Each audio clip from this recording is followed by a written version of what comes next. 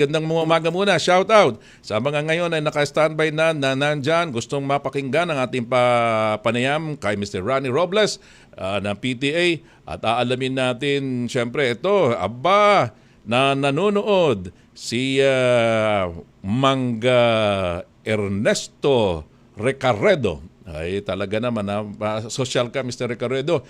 Isang tricycle driver daw siya na nakatambay lang dyan sa may Defensor Road. O, salamat ha. Ano yan? Naka-standby as in nag-aantay ng sasakyan. O, sige, pakitext mo ako, Mr. Ernesto. Thank you sa iyong pakikinig dito po sa Radyo Pilipinas. We're ready. Oplan, balik eskwela. Oho, yung mga brigada, eskwela, inyo na mapakinggan, malalaman. Mr. Ronnie Robles, via Zoom, founding member of the National Parent Teachers Association of the Philippines Incorporated. Magandang umaga sa iyo, Mr. Ronnie Robles. Hello there. Magandang umaga po. Magandang umaga po din. Salamat sa pagpapunlak niyo ng panayam na ito. Kayo ba'y hindi napapagod na taon-taon ay merong ginagawang aktibidad na balik eskwela, linis, pintura, ano pa ba ginagawa? Di ba kayo napapagod? Hindi ko kailangan mapagod, hindi pwede mapagod at isang magulang na nagmamalasakit sa kanyang mga anak at sa mga kapwa mag-aaral ng paralan ng po ninyo. Yan ang talagang volunteer, yan ang PTA. Yung pagbo-volunteer ninyo, hindi nyo ba napansin taon-taon meron kayong nililinis, meron kayong may pinipinturahan, may inaayos palagi. Palagi bang nasisira ang mga paaralan na yan o mga silid paaralan na yan, Mr. Ronnie? Hindi naman po, kasi inihahanda po natin ang ating mga paaralan para sa pagbabalik eskwela ng ating mga estudyante. At yan po taon-taon, isang linggo bago magpasukan, sinasagawa po yan, kaya nga po tinayatag ang Brigada Eskwela. At sa ngayon po, gusto ko magpasalamat, samantala yung pagkakataon, makapagpasalamat sa aming butihing mayor, Mayor Amy Calixto Rubiano, at ito pong aking suot, tupad, no? Ibinaba niya po ang programa ng tupad para tupad eskwela. Kaya yung mga tupad members po na nandito, sila po ang mga naglilinis ngayon ng mga eskwelahan. Instead na sa mga kalsada. Sa simula ngayon ang inyong paglilinis, Mr. Ronnie, at kayo tinulungan ni Mayor ninyo dyan sa Pasay. Ano? Kayo pala ay yung Pasay Federation President. Ano? Pero kayo ay member ng National Parent Teachers Association of the Philippines. Tama. Okay, very good. Oo. Diyan sa Pasay, ilan bang mga estudyante ang sa palagay nyo ay ang tansya lamang ay papasok muli sa mga sa pasukan na ito? Mga nasa 70,000 po kami dito. Laki, ano? Ang dami, no? Ang dami. Oo. Opo, paano, din po. Oo. Ang Parent Teachers Association, paano nagtutulungan sa mga opisyal ng Department of Education? Meron po kaming coordination with the DepEd local na Pasay sa aming superintendent, Dr. Joel Torrecampo. At siya po yung nagbaba ng isa pang programa, ito nga, inimbitahan niya tupad, na ipasok sa mga paaralan sa tulong ng aming mayor, Calixto Rubiano. Kaya po nagkaroon ng mas magandang pagkakaisa ngayon. Hindi na po masyadong natatap ang ibang magulang kasi nga pinasok na po yung tupad. Kasi dati, volunteer, talagang walang bayad yon. Pero ngayon, yung tupad, dahil na may allowance, mas marami po nainganyo na tumulong. Ang ibig nyo bang sabihin, Mr. Ronnie, maputol ko kayo. Ang ibig nyo sabihin noon bilang volunteer, walang bayad, pero ngayon, ipinasok sa tupad, may bayad na. Papaano kung wala na namang bayad yan, hindi kaya tamarin ang mga membro ninyo at hindi na magsagawa ng balik eskwela activities? Magiging regular na na po kami, no? Yung mga sa ganda po ng programa ng DepEd at ng local government. Oo. Magiging regular na po ang mga pagpasok ng tupad at tuwing bago mag-eskwela, brigada eskwela, sila na po ang talagang mag-ultimo. Kung makikikip po natin, makikita ninyo, lahat halos nagwawali sa iyo. So, yung mga walis... Nakakatuwa. Sige, iikot mo yung camera mo, ipakita mo pa yung ginagawa nyo riyan, Mr. Ronnie. Mr. Ronnie, pwede mong ipakita yung camera mo diyan sa mga kasamahan nyo na naglilinis. Kaway-kaway. At tayo po ay napapanood sa Facebook, sa YouTube. Hello. Opo. Tupad ay sa garden. Hoy, Oo. kaway. Ayun. Ano din yan, the plus factor din yan. Ang tawag Naka-live dyan. tayo, radyo. Ayun, nun. Oo, Kaway, yan nga. kaway. Oh, Yung iba po kaway-kaway. nasa loob ng mga kwarto, naglilinis po. Oo. Ang mga, dyan ba sa kinaroroonan nyo, ano eksaktong lugar niyan, Mr. Rani? Eksaktong lugar niyo Timoteo dyan. Pines Elementary School po, Ano nga ulit? sa Pasay. Ito po. Sige po, Ito po, balik ayan. natin yung video doon. Yan, Timoteo Ito po yung school Paez yan. Elementary School. Ilan ng populasyon ng Timoteo Paez Elementary Nasa School? 5,300 po. Napakarami. Anong barangays ang nasasakop dyan sa lugar ninyo, sa Pasay?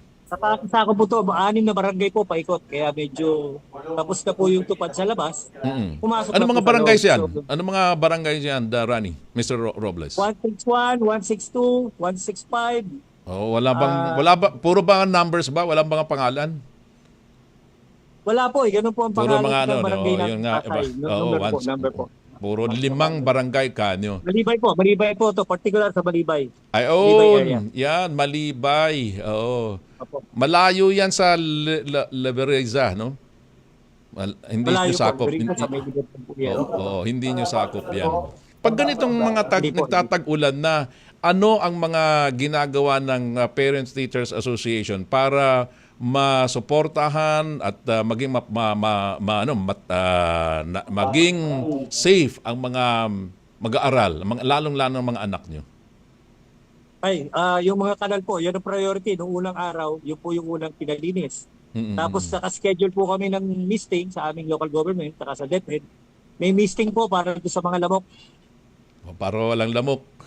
Yung Opo, lamok, opo. lilipad. Misting po, lahat ng school. Sabay-sabay po yan, iniikutan Oo. para mataboy yung mga lamok, mapatay, mabawasan ng mga pesting. Pwedeng makagambala sa mga bata sa araw ng pasukan. Diyan ba may mga kaso ba ng mga nagkasakit ng dengue sa school na yan, Mr. Robles? Actually, ako po yung kauna-unahang alam kong biktima. Noong 1998, namatay po yung anak ko dito. Naku po, Sa dengue. nakakalungkot namang Noong malaman. 1998 po. Opo, 7 years old siya. Kaya talagang naging advocacy ko na po na panatilihin talaga ang kalinisan itong school na ito. Pero Okay, noon kayo, Mr. Rani Robles, involved na kayo dyan sa PTA at nililinis nyo palagi pero matindi pa rin gumante yung, ibig sabihin, I'm sorry for the word, na naapektuhan, naging biktima yung anak nyo ng dengue.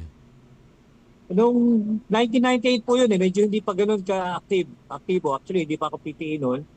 Okay. Kaya talagang kaya nung nakapasok po ako ng PTA, ginawa ko ng advocacy po yung pagtulong at paglilinis talaga, palalo na bago magpasukan. Kaya talagang naging advocacy ko na tumulong at panatilihin nga po. Meron pa po kayong anak dyan na nag-aaral, Mr. Robles? Grade 6 na po. Last na po. Kaya talaga? ito yung final year ko rito na pagtulong na ito. Kaya, Ilan ba ang anak nyo ni Mrs. nyo? Kung mamarapat din nyo sagutin. Bali, nag-aaral. Wala na po. Bali, mag-high school ito. Ilipat naman ako na ibang school. Doon ako. At kayo magiging magvo-volunteer din, pagiging active na member ng kahit naman official. po tayo hindi nakaupo sa pwesto, talagang patuloy po kung pagtulong natin. Mabuti naman. Kailangan wala naman ibang gagawa niya kung di tayo magsisipag.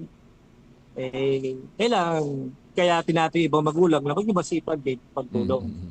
Mr. Ronnie Robles, may issue ngayon na nasabi sa Educational Committee na sa Kongreso na pag-alaman doon sa pag-aaral at ng iba pang mga pag-aaral ng ibang grupo na bumababa ang antas noong tinatawag na yung pong comprehension doon sa pagbasa. Yung reading comprehension, yung pag-iintindi sa binabasa niya, bumaba ang antas. Ano pa sa palagay nyo ang mga may tutulong ng Parents Teachers Association katulad nyo?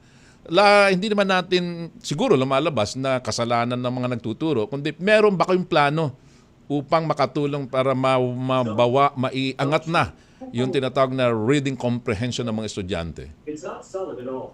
Hindi ko sinasabing sa Pasay yan.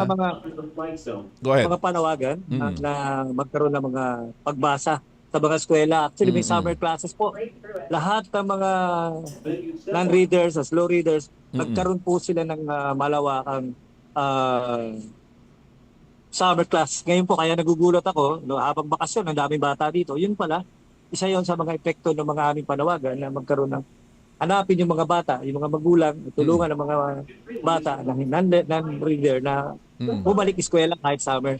Para pagbalik po ngayon, actually parang may graduation sila eh. Lahat po ng mga nakapasa sa pagbabasa na yan. Ito yung pipilitin po natin, mayakat.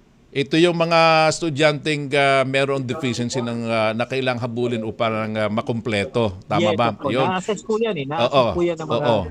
Mr. Robles, ano sa palagay mo ang dahilan sa iyong obserbasyon sa PTA, hindi lang sa Pasay ha, kundi sa mga nababasa at nalalaman natin, ano ang dahilan at bumababa sa palagay niyo ang reading comprehension ng mga kabataan ngayon? Tingin ko po yung gadget. Yung pagkalulong ng mga social bata. Media. Sa palagay nyo? Social media. Kita nyo naman lahat yata ng tao. Kahit si Mr. Rodriguez nagagat. Mr. Rodriguez, gandang umaga sa iyo. Diba? Ikaw ay naimbita pero iba ang tinuro mo ha. Ikaw, ang itinulak mo si Mr. Rani Robles ha. Okay. Willie, gandang umaga sa iyo. Pero sagutin mo nga ang obserbasyon mo. Tama, nasabi mo mga gadget. Mr. Willie, tumabi ka na nga dyan at sinatanong ko rito kay Mr. Rani Robles. Oo, gandang umaga sa iyo. Alam mo, sabi ko nga, kayo bilang opisyal ng National Parent Teachers Association, may mga report nga na bumaba ang reading comprehension. Meron ba kayong pinaplanong effort para makatulong sa mga bata at sa Department of Education para mas ma-resolve ang problemang yan? Willie? Yes po, Brother Kiko, nung huling hearing namin sa Senado, nakausap po natin ang EDCOM2 Director na si Cario Lee, no? So kasama na po namin siya sa ating mga National Summit at 18 caravans pati sa mga kapanayam sa magulang dahil nakita po nila na talaga pong kailangan ng magulang sa intervention, no? Intervention ng magulang at ang ating dito na community-friendly schools, ano? Sa ano po dito ngayon is isa po siya sa aming mga speaker sa darating na National PTA Summit at 18 Region Caravan and then ano po dito para ma-resolve po natin dito ngayon ng ating kakulangan sa pag-reader po. Marami po tayong mga after-school program, na reading program. Gagamitin po natin itong ating mga PTA, no? Mga guardian, mga lawyer, mga retired teacher, retired principal, retired SDS. Pwede po silang magturo after school program na hindi po magagalaw ang trabaho ng ating mga teacher. Mr. Willie, sabi ni Mr. Rani Robles kanina, yung ngang obserbasyon ninyo, pare-pare palagay ko, na paggamit noong gadget ng mga estudyante naka-apekto dyan sa kanilang pagbaba ng reading comprehension. Ano sa palagay nyo, maliban dyan sa binabanggit ninyo, yung caravan na yan, ang pwede pang gawin upang, sabi ko nga, ay isang konkretong malaman natin na makatulong sa mga estudyante upang tumaas nga, bumalik yung kanilang yung bang pagbabasa at saka yung comprehension nila ay umangat pa.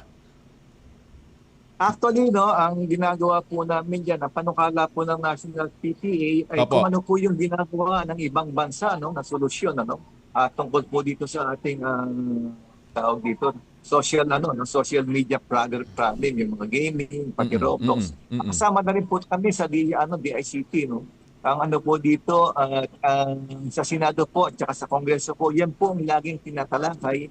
Lagi po rin kaming kasama at ating mga tinatawag po diyang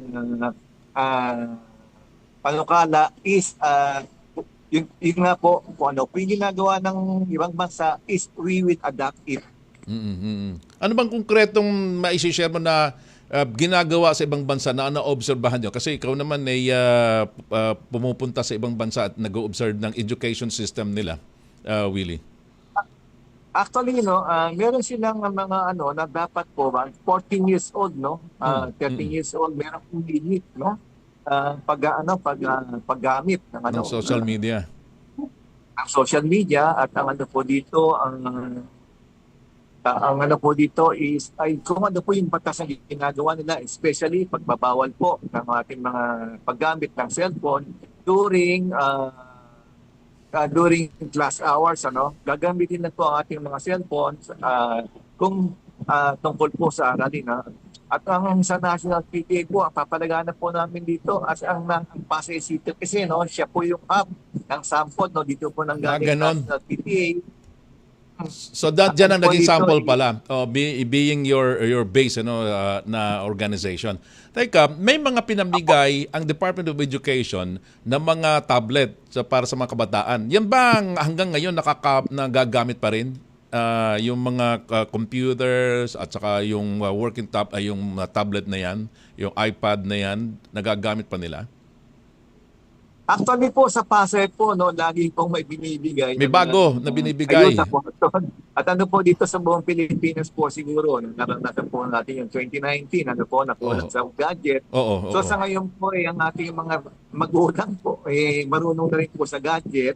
At po dito, at ang ating internet dito sa NCR, ang nagiging problema lang po natin yung ating mga sa malalayong bayan, yung ating sa mga probinsya, na kumbaga at least po walang kapasidad ang kanilang mga local government na mag-provide. Siguro po we will look into that. Kasama na po natin ang DepEd po. At sa kasalukuyan po, kasama po ang National PTA sa Beach and Award Committee sa paggawa ng 16,000 school rooms natin as monitoring reporting. Siguro po ipapanukala po natin ulit po yan. Tuloy po ba pa rin yung pagbabawal ng paggamit nga ng mga mobile phones at ibang yung gadget na hindi opisyal na binigay ng DepEd? Saan yan? Meron bang pinaglalagyan ang school bago makapasok o kayo sa mga school rooms ang mga bata? Sa ngayon po wala ko pong nangyayaring ganyan. So panukala po namin dyan tulad po dito. Karoon po ng mga locker ng ating cellphone locker na pwede pong gawin ng ating mga PTA at kasama po yung ating sa mga cabinet na ginagawa na ngayon ng mga DepEd at kasama po si President na isa po sa siyang designer, architect at engineer na gumagawa ng ating mga cabinet po ng DepEd. So ibig sabihin, ibig sabihin ay Willie, bago si Mr. Rani Robles, ay ipatutupad pa lang sa taong ito, sa school year na ito, ang planong yun na maglagay ng locker o lalagyan ng mga gadget na yan sa mga schools? Alam niyo sir, may plano po ngayon pala. Bago pa mag-start ang klase, nagpalabas po ang DepEd National ng utusan na nagpapalagay ng reading nook. Lahat po ng classroom ay may reading nook ngayon. Na kung saan lahat ang mga reading material. So nga pala, nakalimutan kong banggitin. Nakaka-30 plus na po ako naggawa piraso na para sa lahat ng classroom. Reading nook po yun na malaki na parang isang space. Sa isang space para doon na magbasa ng mga libro at ang other reading materials na para sa klase. Reading corner na tatawag ngayon na lahat ng classroom. Para doon mag-concentrate ang mga bata na free time. Pwede po sila magbasa. Doon sa mga reading corner na anong makikita maliban sa mga libro or magazine or of course yung mga Siyempre wala. Mga ibang wala materials. Wala pong gadget doon, Lahat po ng fairy tale books, lahat ng mga bagay na makaka-enhance sa pag-aaral ng mga bata, sa pagbabasa nila na makaka-motivate. Nandun po. Nakita ko na yung sample. Parang launching po yata bukas. Ganun ba? So, saan yan? So, ito ay mukhang naunahan nating banggitin. Bukas ba? Diyan ba sa Pasay o sa National, sa DepEd office? Sabay-sabay po Sabay-sabay po lahat ng schools. Kasi required ni DepEd Secretary. Kaya napakaganda po ng proyekto ito tungkol sa para pagpapataas ng antas ng pagbasa ng mga bata. Nagkaroon po ng mga reading nooks na ginagawa ngayon. Sana design sila na pinadala. Design criteria na yun ang ilalagay sa lahat ng kwarto. Alright. Mabuti na nabanggit mo na mayroon palang effort ang Department of Education. Kita nyo naman, pinakukontak namin walang sumasagot sa Department of Education Central Office ngayon. Mukhang hinahanda muna nila yung ilo-launch nila. Puro launch na lang. Anyway, thank you Mr. Rani Robles at Willie. Magandang salamat sir. Nandiyan ka pala. Mabuti naman at nahila ka ni Rani. Nahila ka namin upang magbigay ng karagdagang impormasyon dito sa Balik Eskwela. Oo, ngayon hindi lamang linis-linis ang inyong ginagawa, ha? Kundi pati pagigiya sa mga kabataan, pati ang mga magulang na nandyan sa nagdadala ng kanilang mga anak. Salamat po sa pagkakataon na ito. God bless. Magandang umaga sa inyo dyan. Thank you. Po. Salamat din po. All right. Okay, Thank you. Si Mr. Ronnie Robles, ang founding member ng National Parent Teachers Association of the Philippines. Siya rin ang presidente ng Pasay Federation ng Parent Teachers Association of the Philippines Incorporated. At kasama din nakatabi na rin niya si Willie Rodriguez, ang founding chairman and president ng National Parent Teachers Association of the Philippines Incorporated. Pleto, sana meron kayong napapulot doon sa pinag-usapan namin. Lalong-lalo na mga magulang, kailangan bantayan nyo nga po talaga ang inyong mga anak sa paggamit ng mga